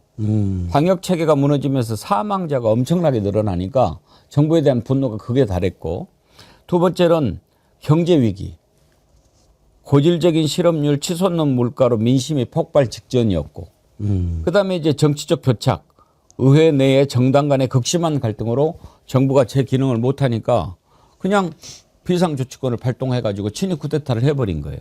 의회 기능을 정지하고 군을 동원해 의회를 봉쇄했어요. 의회를 일단 해산을 해버렸고요. 그다음에 당시에 총리를 해임을 해버렸어요. 근데 거기에 군을 동원해서 무력으로 반대 세력들을 전부 구금하고 감옥에 보내버리고 역시 뭐 국회의원 등등을 포함해서 전부 싹 쓸었죠. 근데 지금 이제 앵커께서 말씀하셨던 그 세 가지 이유 때문에 당시에요. 일반 민중들은 처음에는 박수를 쳤답니다. 이 총리를 비롯한 아까 제가 말씀드렸잖아요. 민생 내정은 총리에게 권한이 많기 때문에 이 무능한 총리 때문에 우리가 코로나에 많은 사람들이 죽었어. 그다음에 이 물가 오르는 거 이거 정말 감당 못하겠어. 지중해변에 있는 튀니지는요. 정말 살기 좋은 나라고 살기 좋은 땅이거든요. 과거에 로마 때부터 로마 훨씬 이전에 우리 세계사 시간에 배웠던 카르타고 제국이라는 거 기억나세요? 하니발 장군 기억나시죠? 이 땅은 천혜의 곡창지대라고 얘기할 정도로 먹고 사는 게 풍부한 나라였답니다. 나라는 작아요. 그런데 이런 나라에서 물가 때문에 못 살겠다라고 할 정도였으니까 얼마나 무능했겠습니까? 바로 그거에 민중들의 불만이 쌓여 있었는데 그걸 이 사이에드라는 대통령이 일종의 톡 건드리면서 처음에는 환영을 했지만 곧바로 개헌해요. 그리고 이제 본인은 2024년 12월 대선에 임기 연장을 해가지고 이제 장기 집권 체제에 들어가 버렸어요. 그러니까 모든 이 정신 나간 독재자를 꿈꾸는 이런 집권자들이 바로 이런 친위 쿠데타를 하고 나면 가는 길은 다 정해져 있거든요. 바로 그겁니다. 저는 이제 이진관 부장판사님 잘 설파하셨는데 1호부터 내란이라고 하는 굉장히 문학적이고 또 쉬운 표현도 잘 써주셨는데 조금 아쉬웠던 부분이 그 파괴성, 그 위험성을 조금 덧붙여줬으면 좋을 뻔했다 하는 생각이 드는 게 이러면 이제 아래로부터 내란 여러분 쉽게 말해서 아주 좋은 의미로는 민중반란이 있을 거고 우리 어렸을 때 보면 망소의 난도 있을 거고 홍경래 난도 있을 거고 또는 이제 집권 세력 내에서 분란이 생겨가지고 저기 후배들이 부하들이 일으키는 어떤 아래로부터 쿠데타도 있잖아요. 이것들은 아까 윤경호 선생님 잘 설명드린 것처럼 압도적 물리를 가지고 있는 현 정권이 있기 때문에 성공하기가 어렵습니다. 실제 절반도 성공을 안 했다고 하더라고요. 근데 1호부터 내란 여러분 압도적 물리를 가지고 있는 자들이 또 친일 쿠데타 이런 거기 때문에 성공 가능성이 80%가 넘고요. 실제 연구 결과에서도. 그다음에 정말 하늘이 대한민국을 도운 거죠. 우리가 2시간 만에 해제기 망정이 만약에 해제가 안 됐으면 압도적 물리력을 가지고 전국을 장악하고 거기에 저항하는 세력을 짓밟아 버렸기 때문에 대량 학살이 발생합니다. 그럴 가능성이 매우 높은 거죠. 예를 들면 홍경래 난이다. 그럼 그 부분만 평안도 그 부분만 관군이 가서 딱 진압하면 끝나지만 이것은 친일 쿠데타는 이제 전국적으로 만약에 거기에 대해 저항하면 전국적으로 진압을 할 거 아닙니까? 86년에는 광주만 딱 타켓에서 학살했지만 그것도 수백 명인데 아유 저는 생각만 해도요. 만약에 이게 2시간 만에 우리 해제를 못했으면 그래서 전국적 저항이 일어났고 저자들이 캄보디아처럼 야 싹 쓸어버려 윤석열 성정상 그러면 수십만이 정말 학살될 수도 있고 다칠 수도 있었거든요. 이런 위험성을 좀 더 우리가 더 대중에게 설명을 해야 된다. 1호부터 내라는 그렇게 장될 가능성이 높다. 하여튼 이모 저모 다 살펴봐도 오늘 다른 답은 없습니다. 3시에 국민이 생각하는 대로 선거가 나올 것으로 확신하고요. 또 이렇게 국민들이 다 알잖아요. 오늘 코스피 시작하자마자 막 치솟아 올라가지고 지금 5,660을 뚫었어요. 사이드카가 발동됐다면? 예, 매수 사이드카까지 발동됐다고 그러는데 그 국민들이 이제 제대로 잡혀간다는 것을 인식하는 것 아니겠습니까? 또 금메달도 따고 예, 잘 될 겁니다. 네. 부동산 투기도 줄어드는 기미가 보여요 지금. 매물이 늘어나고 있어요. 이제 완전히 사회가 정상화되는 거거든요. 부동산 투기가 잡혀가니까 장동혁의 엄마가 많이 걱정을 하는가 본데 그 내용은 우리가 잠시 후에 한번 다뤄보도록 하죠. 자, 오늘 1부를 우리 이제 설도 세고 새로 만났는데 좋아요도 한 번씩 누릅시다. 아니 이거 진짜 아니 지금 동접이 13,000명 가까운데 좋아요는 5,300이면 안 됩니다 여러분. 사랑합니다 여러분. 빨리 구독 좋아요 눌러주세요. 근데 왜 구독 많이 안 누르시는지 알아요? 화제가 이 집중도가 높잖아요. 그럼 좋아요 누르는 것을 깜빡하세요. 깜빡하셨군요. 들어보려고.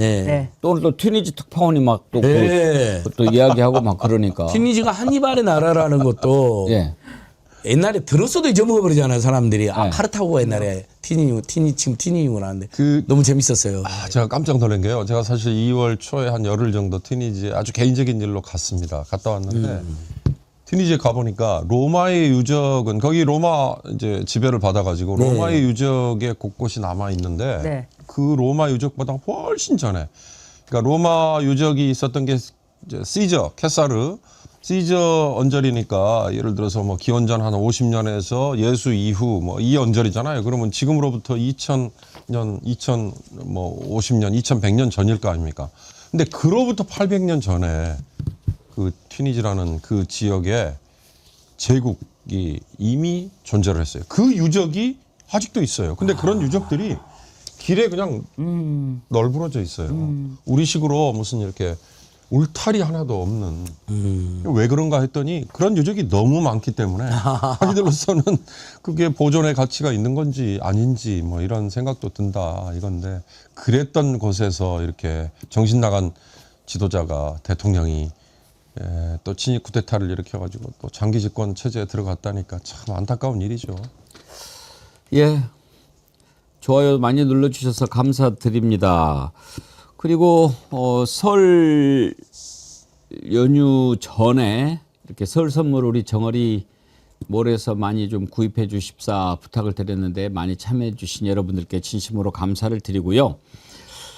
수익금 전부하고 또 조금 더 준비해 가지고 다음 주 목요일에 우리 안진걸 소장님께 전달하도록 하겠습니다. 네. 예. 여기서 간단한 방송 시작 전에 간단한 기부식을 저희들이 그럴까요? 하고 싶은데요. 아, 좋죠. 5분 이내 정도로 그냥 예. 방송 진행에 방해가 안 되는 상황에서 네.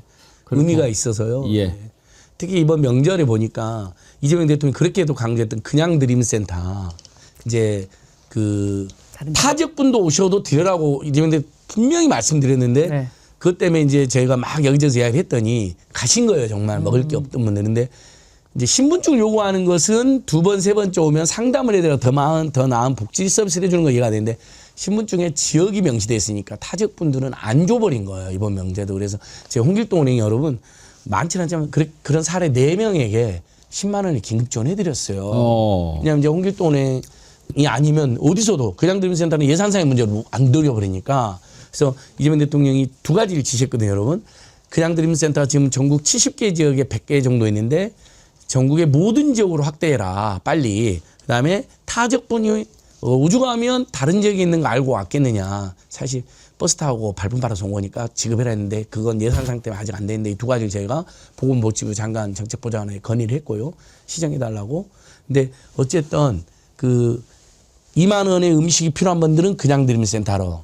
그러나 통신비 같은 게 지금 안 내서 만약에 통신이 끊어져 있는 상태면 알바도 못하고 연락도 안 되는 고립 상태니까 극단적 선택으로 갈 가능성이 높은데 그런 분들은 또 홍길동 은행으로 긴급 생계비 10만 원을 이렇게 2개가 시너지 효과가 나는 거죠. 그래서 최소한 대한민국에서 굶주리거나 통신이 단절돼 가지고 알바도 못 찾는 그런 일은 없도록 예. 그래서 우리 정어리원들의 배구TV와 정어리원들의 홍길동 은행 기부는 굉장히 의미가 있고 대통령도 알고 계세요. 홍길동 은행을 대선 전에 저한테 물어보시더라고요. 그래갖고 제가 자료도 보내드렸는데 아마 대통령은 그걸 그냥 드림센터로 소화하신 것 같아요. 왜냐하면 현금을 주는 방식은 또 국민들 일부가 반대할 수 있으니까 그건 홍길동 은행이 나누는 해야죠. 건 왜냐면 신한은행이 45억을 내가지고 그걸 마련했거든요. 그러니까 대기업들이 수익을 일부 나눠가지고 먹거리를 드리는 거 우리 국민들이 또 먹는 거에 대해서는 굉장히 관대하시잖아요. 물인심이라든지 먹는 그걸 참 잘 보신 것 같아요. 그래서 우리 배구TV가 거기에 동참하는 겁니다. 여러분 꼭 도와주십시오. 네. 많이들 도와주셔서 감사드리고요.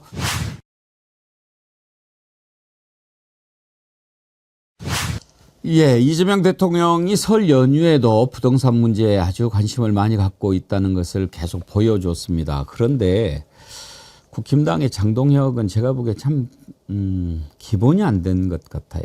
일단 대통령과의 약속을 1시간 전에 취소하는 것도 말이 안 되기도 하지만 기본이 안 된 것 더하기 좀 악랄하고 간악한 사람이 아닌가 그런 생각이 들어요.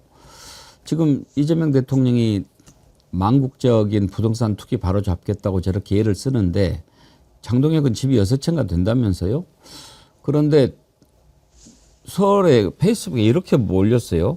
불효자는 옵니다.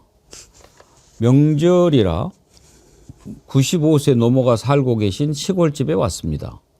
대통령이 X에 올린 글 때문에 노모의 걱정이 큽니다. 이 집 없애려면 내가 얼른 죽어야지 에휴. 공부시켜서 서울 보내놨으면 서울서 국회의원 해야지 왜 고향 내려와서 대통령한테 욕먹고 지랄이냐고 화가 잔뜩 나셨네요.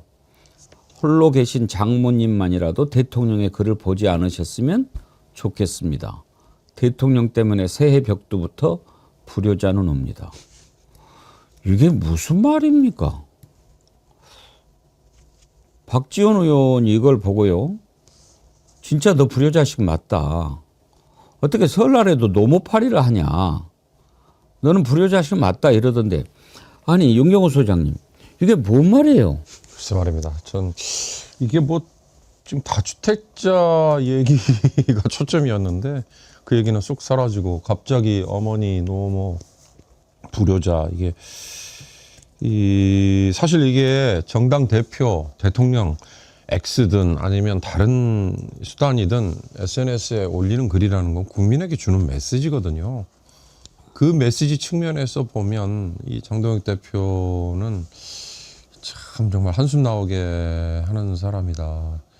그러니까 단순히 다주택자에 대해서 지금 과세 문제 또는 뭐 다른 정책 문제 이거는 좀 별개로 지금 이제 논의를 한다 치고요. 이 상황에서 노모의 말씀이라면서 저렇게 직접 이렇게 뭐 다운표까지 동원해가지고 저렇게 올릴 일일까? 참 이해가 안 가더라고요. 근데 좀 저자도 판사 출신이잖아요. 그렇죠. 근데 기본적으로 좀 부족한 것 같아요. 왜냐하면 맞습니다. 너 집 6채니까 다주택 정리하라고 그러니까 이재명 대통령 집 팔아라 그랬어요. 아니 이재명 대통령은 돌아가면 살아가야 될 집인데 그걸 팔으면 어떻게 하라는 거예요? 그러니까 말도 안 되는 거를 갖다가 붙이는 건데요. 그 다음 또 SNS가 진짜 가관이었던 것이 자신의 어머니가 했다면서 또 다운표를 이용해서 아들아 지금 우리 노인정은 관세하고 쿠팡인가 호빵인가 그게 제일 핫하다. 날 풀리면 서울에 50억짜리 아파트 구경 가기로 했으니까 그리 알아. 이건데요.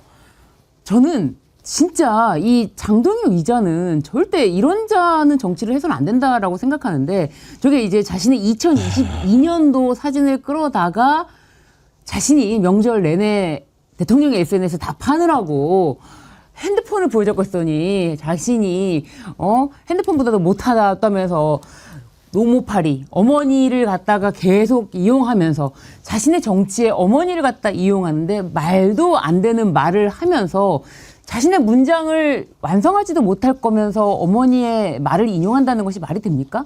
이거를 좀 논리적으로 말을 할 수가 없으니까 이것은 어디까지나 95세 노모의 말이지 내 말이 아니다. 이렇게 도망가려고 하면은 더더군다나 이자는 어머니를 가지고 자신의 정치를 어떻게든 정말 말도 안 되는 논리를 연명하려는 그런 걸밖에 보이지 않아서 정치를 해서는 절대 안 되는 자라고 보여집니다. 그 문제가 한두 가지가 아닌데요. 제가 그 장동혁 페이스북에 들어가서 봤어요. 여러분 얼마나 거짓말이냐면요. 그래도 원래 정치라는 게 약간의 뭐 과장된 비판도 있을 수 있고 그럽니다. 뭐 공방하다 보면 조금 뻥도 치고 그런 것까지 이해를 되죠. 근데 여러분 생각해 보세요. 일단은 정쟁에 구순 노모를 끌어다 보통 우리가 어머니 아버님 이야기할 때는 명절 때 내려갔더니 국민들은 어려운데 우리 아들이 정치한다고 고생 많은데 국민들의 민생을 더 살펴봐라 하는 이렇게 보통 어머니 아버님도 덕담을 해주시고 응원해 주시지. 여러분 내 이놈 너 왜 서울에서 안 되고 지역에 들어와서 대통령 욕 먹는 지랄을 하고 있냐라고 하는 부모님이 상식적으로 아니 그 천번을 양보해서 그런 어머님이 있다더라도 그걸 그대로 올리는 것도 웃기고 정쟁의 어머님도 모자라서 장모님까지 언급을 하고요. 그리고 대통령은 정말 자만적 일하면서 여러 번 올렸거든요. 이자는 페이스북에 딱 3번인가 올렸습니다. 명절도 아니에요. 명절 기간 다 합쳐서 명절 저녁까지 3번 올리는데 아니 어머니 앞에서 그 3번 올리면서 그리고 어머님이랑 얼마나 있었겠어요. 제가 보령에 물어보니까 뭐 하루 정도 왔다 갔다는 것 같아요. 근데 어머니 앞에서 하루 종일 SNS만 대통령한테 SNS만 해갖고 오면 야 임마 핸드폰 그만해 그랬다는 건데 그것도 그냥 뻥이 아니라 과장이 아니라 거짓말을 너무 쉽게 한다는 거고요. 그다음에 윤 소장님 잘 지적하셨는데 여기서 다주택자 지금 문제가 되는 건 시골집을 문제 삼는 사람 단 한 명도 없습니다. 이재명 어디에도 없고 저도 없고요. 부동산 근본주자들 일가굴주택 주장하는 사람들도 시골집 문제 안 삼아요. 예를 들면 자기 고향에 부모님 물려준 허름한 집이 하나 있고 서울에 살고 있는 사람한테 그 사람들을 투기 목적 일가 2주택자라고 이야기하는 사람 누가 있습니까? 과세도 그렇게 되지도 않아요. 모든 게 거짓말 뻥입니다. 그리고 더 황당한 건 심지어 같은 당인 김종혁이 지적을 했던데 아니 사진은 2020년 사진을 올려놨어요. 그러면서 마치 그렇다고 그러대요? 아니 네. 실제 제가 페이스북 들어가는 2020년 찍혀 있어요. 선명. 2022년. 예. 그러면서 이번에 찾아뵌 것처럼 옛날 사진 가지고 최소한 부모님한테 찾아갔으면 최소한에 우리 집이 이렇게 생겼네요. 허름합니다라는 정성이라도 있어요. 그것도 없어요. 아니 그리고 예. 한번 이것도 2022년 사진이고 또 이런 글도 올렸어요. 참 한번 이게 상식적으로 여러분 말이 되는지 한번 보십시오. 대통령님의 SNS에 답하느라 명절 내내 핸드폰을 달고 있었더니 노모가 한 말씀 하시네요. 핸드폰만 또 못한 늙은이는 어서 죽어야 하는. 서울로 출발하는 아들 등 뒤에다 한 말씀 덧붙이시네요. 아들아, 지금 우리 노인정은 관세하고 쿠팡인가 호팡인가 그게 제일 핫하다. 날 풀리면 서울에 50억짜리 아파트 구경 가기로 했으니까 그리 알아. 뭔 말이? 자, 한번 봅시다. 이게 정상적인 사람이 쓴 거라고 하면 명절에 어머니 보러 가고 핸드폰만 하고 있으면 그건 나쁜 놈이지. 그건 효도 아니죠. 그다음에 95세 노모가 지금 노인정이 관세하고 쿠팡 얘기에 제일 핫하다? 핫하다라는 이런 표현을 쓰신 것도 참 새로우신데 날 풀리면 서울에 50억짜리 아파트 구경 가기로 했으게 그래야 돼. 이건 또 무슨 뜻으로 한 건지는 제가 이해가 안 가요. 근데 저 사진이 2022년 돼 있는데 저희 2020 어쩌자는 거예요, 저거에. 그래서 명절 연휴가 5일인데 SNS는 3일 동안 하나씩 올렸어요. 그것도 다 글이 짧잖아요. 이걸로 뭐 하루 종일 SNS 했더니 어머니 지적했다는 것도 웃기고 그다음에 그래서 어떻게 구순 노모인데 핸드폰만 더 못한 할머니는 죽겠다 이런 말을 할머니 하셨을 리도 없지만 그걸 또 그대로 1000번 만번 양보해서 그걸 그대로 올리는 자가 어디 있습니까 세상에. 사실인가도 궁금하고. 사실이 아닙니다. 저는 철저하게 글짓기, 예. 글짓기를 했다. 글짓기를 하느라고 골머리를 꽤나 썼는데 전혀 사실에 부합하지 않는 글이라는 게, 그러니까 어머님이 실제로 저렇게 말씀하시지 않으셨을 거라는 그 추측. 아까 말씀하신 것처럼 굳이 핫하다라고 했지만 이거를 누가 95세 할머니께서 헛하다 이런 말을 합니까? 장난합니까 지금? 어디 국민을 상대로 사기를 칩니까? 아니 야당 대표라는 자가 이렇게 글짓기를 하면서까지도 그러니까요. 국민을 속이는데 헛하다. 야 이놈아 아주 그냥 야용 새끼야 그냥. 그렇죠. 아유 야용 새끼야. 그리고 그냥 이놈은 몽둥이를 맞아야 돼 아니, 이놈은 그냥. 우리 할머니 할아버지들이 경로당에서 하투도 치고 바둑도 장기도 저도 뭐 작년에 찾아뵌 적 있는 우리 동네 삼천리 아니 거기서 관세와 쿠팡 이야기는 구순 노모가 관세와 쿠팡 이야기 한다는 것도 참 믿기 어려운데 거짓말도 거짓말 쿠팡인가 호빵인가 아니, 이 쿠팡하고 거짓말. 쿠팡하고 호빵하고 우리가 그걸 헷갈려서 이야기하는 사람이 어디 있습니까? 아무리 할머니 절대 아닙니다. 그리고 여러분 이건데요. 이자가 진짜 사관자입니다. 결국 본인이 6주택이라는 게 지금 전 국민이 알아버렸거든요. 근데 지 6주택이 이렇게 시골 노무 사는 집까지 포함됐다라는 걸 의도적으로 과장하는 건데 시골 할머니 한 분 집하고 지 집만 서울에 하나 있으면 누가 장동익 다주택 여러분 정확히 하셔야 됩니다. 제가 민주당 대변인한테도 촉구했어요. 왜 6주택이라고만 이야기하냐. 땅이 11곳이 더 있습니다. 이자는 여러분 저는 목숨 걸 이야기하는데 전형적인 투기꾼이에요. 투기꾼입니다. 건물만 얼마 전까지 7채였는데 한 채 팔았고 6채고요. 땅이 11곳이 있는데 그중에 제가 저번에 얘기한 것처럼 서산 당진고속도로 종점 대산 소교학단지 종점 2km 이내에 200평이 넘는 땅을 가지고 있는데 지가 말년에 가서 살려고 졌다는데 그 지역이 화학단지 때문에 지금 수십 년째 공기가 가장 안 좋은 지역으로 꼽힙니다. 지 고향도 아니고 지역구도 아닌 데서 땅을 왜 사놓습니까? 고속도로 종점에 지금 고속도로 짓고 있는데요.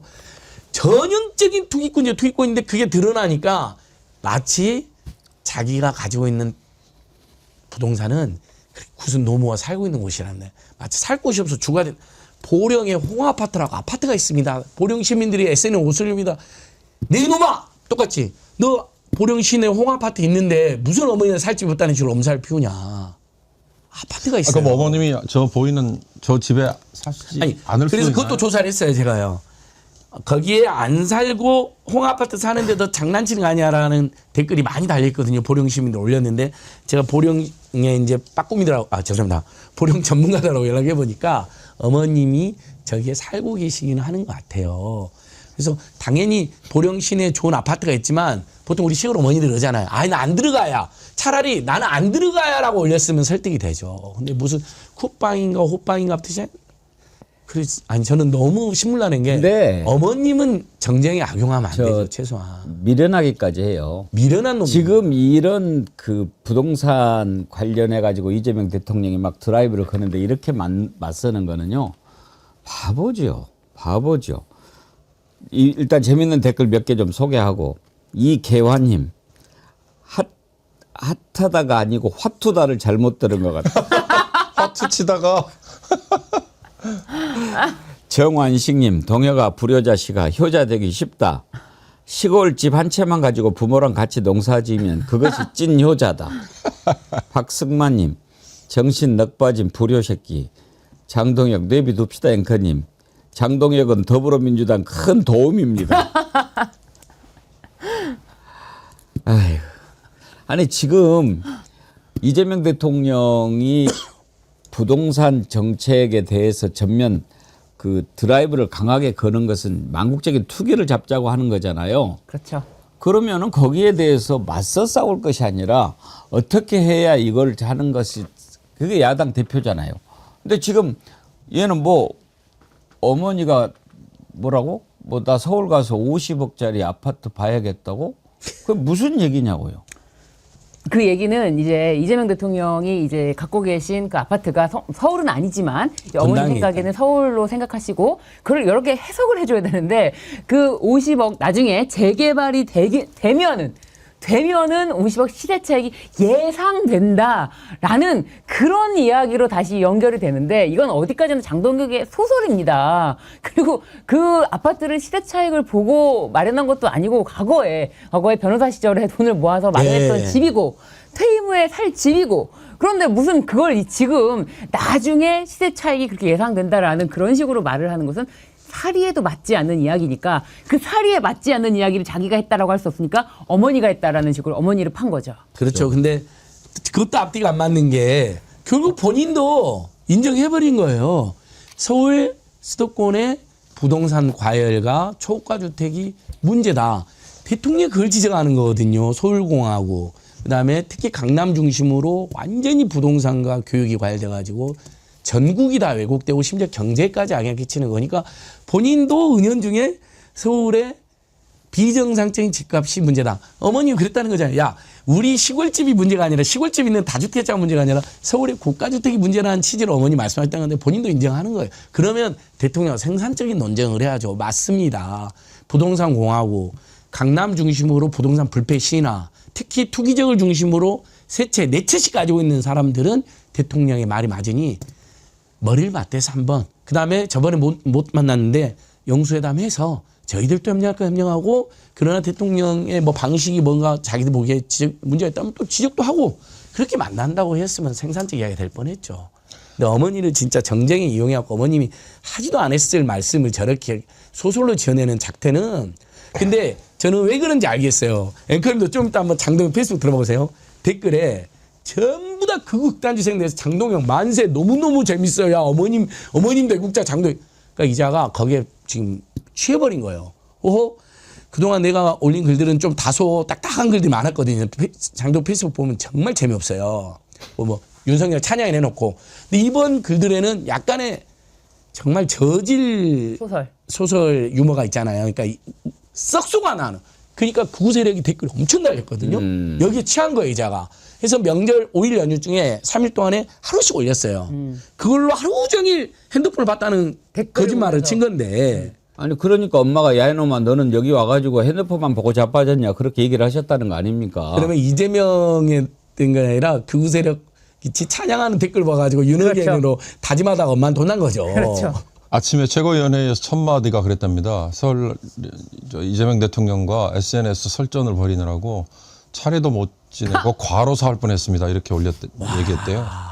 근데 저는 2022년 사진이라는 거 그 미처 저는 뭐 못 봤는데 우리 현장을 좋아하는 기자들은 가서 한번 확인해 볼 필요가 있는 게 장동혁 대표 보령에 안 간 거 아니에요? 어머니 만나러 안 간 거 그렇죠. 아니에요? 그랬을 수도 있습니다. 그러니까 2022년 사진 그렇죠. 올리지 만약에 갔으면 사진 어머니하고 찍어서 사진 그러네요. 당연히 그러네요. 25년 예. 이번 26년이라고 당연하죠. 새 사진 올려야지. 올려야죠. 그리고 최영원이 찍어줍니다. 본인이 대표님 어머님 집 왔으니까 이게 그런 지적까지 나와요. 아니면 왔어도 보령 홍합 아파트만 갔다가 그냥 올라가 볼 수도 근데 있어요. 이제 이게 아까 제가 본질을 흐린다고 그랬는데 대통령이 올린 글은요. 다주택이 돈이 되게 만들어준 정치인. 그렇죠. 예. 이렇게 표현을 했거든요. 근데 정말 그동안에 왜 이 주택 폭등, 부동산 가격 뭐 이게요. 물론 부동산 값이 자기가 갖고 있는 거 해당 지역 올라서 득을 본 분들 이런 분들이 있으니까 안 된다 이런 생각 말고요. 이 양극화의 가장 큰 폐해 중에 하나가 뭔지 아십니까? 젊은 세대 또는 뭐 다수의 묵묵히 일을 하고 있는 분들에게 주는 상실감이거든요. 나는 가만히 있는데 저쪽은 부동산 폭등으로 인해서 그냥 자산값이 이 소수의 무리잖아요. 그 소수의 무리를 굳이 따지면 뭐 누구는 1%라고 그러고요. 누구는 뭐 더 따지기 시작하면 0.1%라고 그러는데 그 1%, 0.1%의 자산을 지켜주기 위해서 법과 제도가 지금까지 얼마나 그들을 위한 옹호하는 쪽으로 춤을 췄습니까? 보수 정부가 들어서면 보유세 그냥 다시 다 깎아줘 버렸죠. 거래세도 지금 뭐 다주택자에 대해서 여러 가지 예외 조치들이 있습니다만 그럼에도 불구하고 그러니까 핵심은요. 이걸 옹호해 준 정치인들이라는 이 표현 이걸 가지고 우리가 한번 논쟁을 해봐야 됩니다. 예. 조금만 덧붙이면요. 제가 이번 논란을 보면 너무 황당한 게 국민의힘이라든지 극우 세력들은 마치 다주택자들이 손해를 보는 것처럼 이야기를 해요. 근데 그리고 양도소득세라는 건 아시잖아요. 10억 주고 샀는데 50억 돼가지고 40억 이득이 남으니까 그중에 일부 내라는 거니까 그 세금 내도 어마어마한 이익이고요. 첫 번째. 두 번째. 그다음에 지금 강매를 시키는 것도 아니에요. 유예를 안 하니까 이제 다때 중과 유예를 더 이상 안 해줄 테니까 이번 안에 팔고 나가면 어마어마한 이익을 보는 거니까 이번 5월 그 안에 파시든지. 근데 세입자가 있으면 또 거기다가 2년 정도까지 우리가 봐주겠다는 거고. 근데 나중에 버티다가 나중에 파시면 그때는 다주택자 중과 유예가 없어지기 때문에 세금이 많이 나올 수 있다는 정보를 대통령이 드림으로써 선택지를 드리는 거예요. 판단은 여러분들이 하는 거예요, 진짜로요. 그래, 뭐 나는 나중에 그래도 팔란 나오면 나중에 팔면 되는 거고요. 내가 그동안 뭐 40억 벌었는데 국가에서 좀 내가 세금 많이 내지 하면 나중에 파셔도 돼요. 그리고 대통령이 저러다가 또 꺾이겠지? 그러면 버티셔도 돼요. 야, 근데 이참에 나도 돈 많이 벌었으니까 중과 전에 얼른 팔고 주식으로 가자 할 사람도 이번에 팔면 되고. 근데 세입자 있으면 2년이었던 시간 선택지를 여러 개를 준 겁니다. 그러니까 요걸로는 더 이상 무슨 다주택을 악마해서 손해를 끼쳤다라는 가짜 뉴스는 하면 안 됩니다. 저는 또 하나 궁금한 게 오늘 이제 윤석열 선고가 나오면 장동혁이 과연 어떻게 할 것인지도 궁금해요. 지금 이제 윤어게인 세력들하고 손을 잡고 있는데 계속 윤어게인 갈 겁니까? 내란으로 사형이나 무기징역 선고 받으면 그것도 참 궁금한데 아무튼 오늘 오후 3시 역사를 새로 쓰는 날이 아닙니다. 우리가 지켜낸 역사를 또 다시 지켜야 하는 그런 순간입니다. 오늘 3시 선고 한번 여러 가지 의미를 담고 한번 우리가 지켜보고 내일 다시 한번 그 의미를 생각해 보도록 하겠습니다. 오늘 백운기의 정치 1번지는 여기까지 하도록 하지요. 함께해 주신 세 분 패널 윤경호 퓨처미디어 연구소장님, 신유진 변호사님, 안진걸 민생경제연구소장님, 법비들을 응징하자. 예, 수고하셨습니다. 감사합니다. 감사합니다. 네.